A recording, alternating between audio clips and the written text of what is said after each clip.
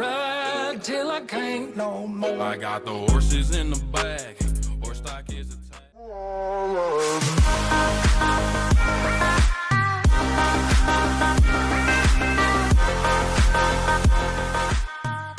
Selamat pagi, shalom Bapak Ibu semuanya dan anak-anakku yang dikasihi di dalam Tuhan yang berada di rumah saat ini.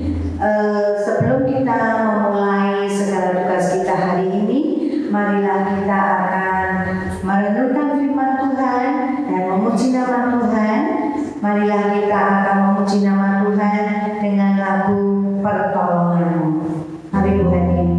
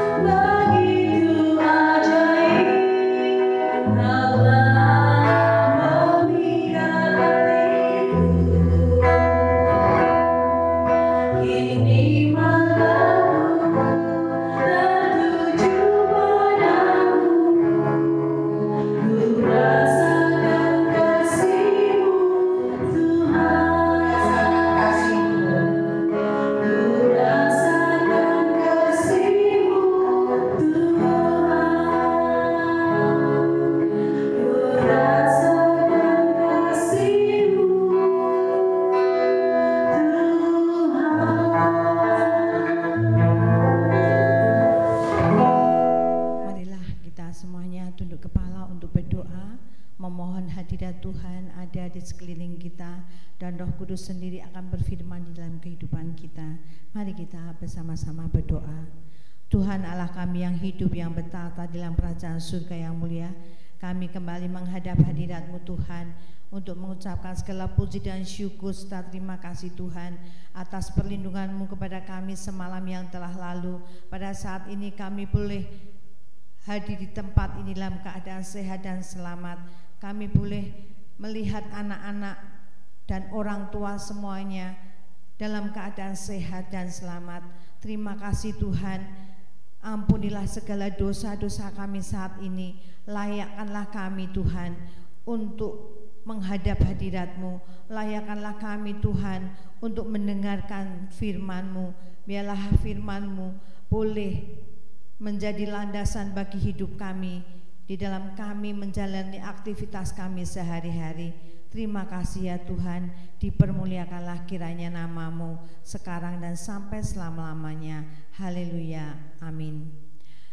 Anak-anak, shalom anak-anak, kita bertemu kembali di dalam renungan kita pada pagi hari ini dengan judul tangan-tangan penolong. Tangan-tangan penolong, ya. Marilah kita siapkan Alkitab kita dan kita akan baca di dalam 1 Raja-Raja 17 ayat 17 sampai 24. Mari kita baca bersama-sama. Sesudah itu anak dari perempuan pemilik rumah itu jatuh sakit, dan sakitnya itu sangat keras sampai tidak ada nafasnya lagi. Berarti meninggal ya anak-anak ya. Kata perempuan itu kepada Elia, "Apakah maksudmu datang kemari ya abdi Allah? Singgahkah engkau kepadaku untuk mengingatkan kesalahanku dan untuk menyebabkan anakku mati?" Kata Elia kepadanya, berikanlah anakmu itu kepadaku. Elia mengambilnya dari pangkuan perempuan itu dan membawanya naik ke kamarnya di atas dan membaringkan anak itu di tempat tidurnya. Sesudah itu ia berseru kepada Tuhan, katanya, ya Tuhan, Allahku, apakah engkau menimpakan kemalangan ini atas janda ini juga yang menerima aku sebagai penumpang dengan membunuh anaknya? Lalu ia menguncurkan badannya di atas anak itu 3 kali dan berseru kepada Tuhan, katanya, ya Tuhan Allahku, pulangkanlah kiranya nyawa anak ini ke dalam tubuhnya. Tuhan mendengarkan permintaan Elia itu dan nyawa anak itu pulang ke dalam tubuhnya sehingga ia hidup kembali. Elia mengambil anak itu, ia membawanya turun dari kamar atas ke dalam rumah dan memberikannya kepada ibunya. Kata Elia, ini anakmu, ia sudah hidup. Kemudian kata perempuan itu kepada Elia, sekarang aku tahu bahwa engkau abdi Allah dan firman Tuhan yang kau ucapkan itu adalah benar. Anak-anak, cerita di sini tentang Nabi Elia yang pergi ke Sarfat. Di sana ia menumpang di sebuah tempat di rumah seorang janda. Tetapi begitu ia datang ke sana, keadaan anak itu tidak bernapas lagi dan mati. Dan janda itu bertanya, apakah Elia datang ke rumahku itu hanya untuk memperlihatkan kesalahan janda itu sehingga membuat anaknya mati? Tapi Elia langsung berkata kepada janda itu untuk mengangkat anak itu ke dalam kamar, dan di situ Elia memohon kepada Tuhan, memohon kasih setia Tuhan untuk memberi pertolongan dan menghidupkan kembali anak janda itu dari matinya, hingga akhirnya anak itu hidup kembali karena doa Elia kepada Tuhan. Nah, anak-anak, mungkin kamu setiap kali menjumpai entah itu temanmu, entah itu teman mamah papahmu, atau entah yang lain di jalan.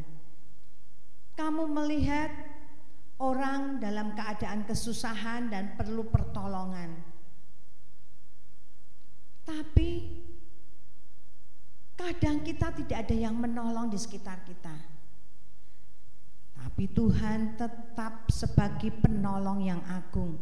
Dia tetap akan memerintahkan seseorang untuk membantu menolong orang yang di dalam kesusahan.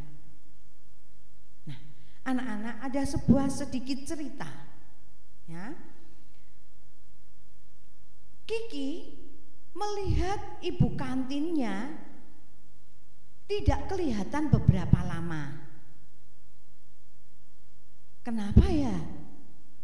Kok beberapa hari kantin sekolah tidak jualan? Akhirnya Kiki bersama beberapa temannya pergi ke rumah ibu kantin. Di sana dia melihat Tio, anak ibu kantin itu, sedang menunggu ibunya dalam keadaan bingung. Karena ibu kantin tidak bisa bergerak, tidak bisa berjalan lagi, kakinya bengkak dan tidak memiliki uang sepeser pun. Nah, anak-anak, saat itu juga Kiki berkata kepada teman-temannya supaya kita dapat menolong ibu kantin, bagaimana caranya. Lalu anak-anak, Kiki berkata kepada ibunya, Mama, aku tadi menengok ibu kantin di rumahnya. Dia dalam keadaan tergeletak, tidak bisa apa-apa, tapi tidak juga dibawa ke rumah sakit karena tidak memiliki uang sepeser pun. Akhirnya ibu Kiki ini pun bersama Kiki pergi ke rumah ibu kantin dan membawanya pergi ke rumah sakit. Semua biaya ditanggung oleh Ibu Kiki. Anak-anak,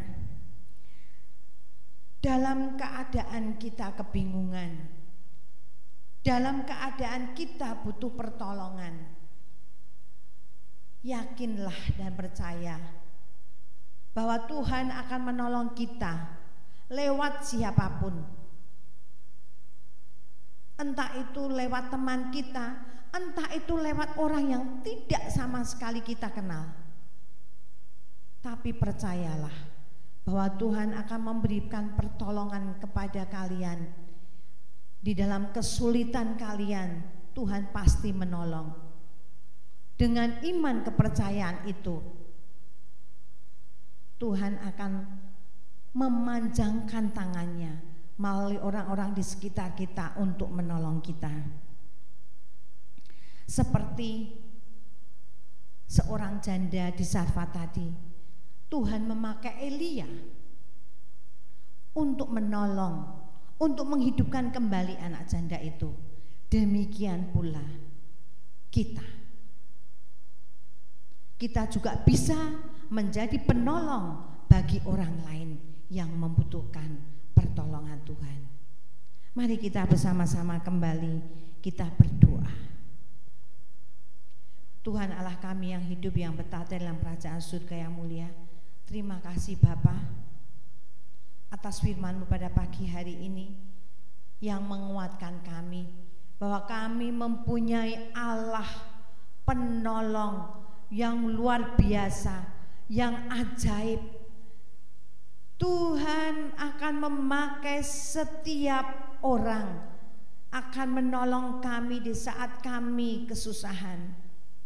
Tetapi Tuhan juga pakailah kami yang kecil-kecil ini, yang banyak dosa, untuk dapat juga sebagai panjang tangan Tuhan untuk menolong di sekeliling kami. Terima kasih Bapa, berkati kehidupan kami senantiasa, supaya kami juga bisa menolong orang lain. Terpujilah Engkau ya Tuhan, sekarang kekal sampai selama-lamanya. Di dalam nama Yesus kami berani berdoa dan mengucap syukur. Amin. Mari kita menutup renungan kita pada pagi hari ini dengan menyanyikan lagu yang tadi, yaitu Pertolongan-Mu.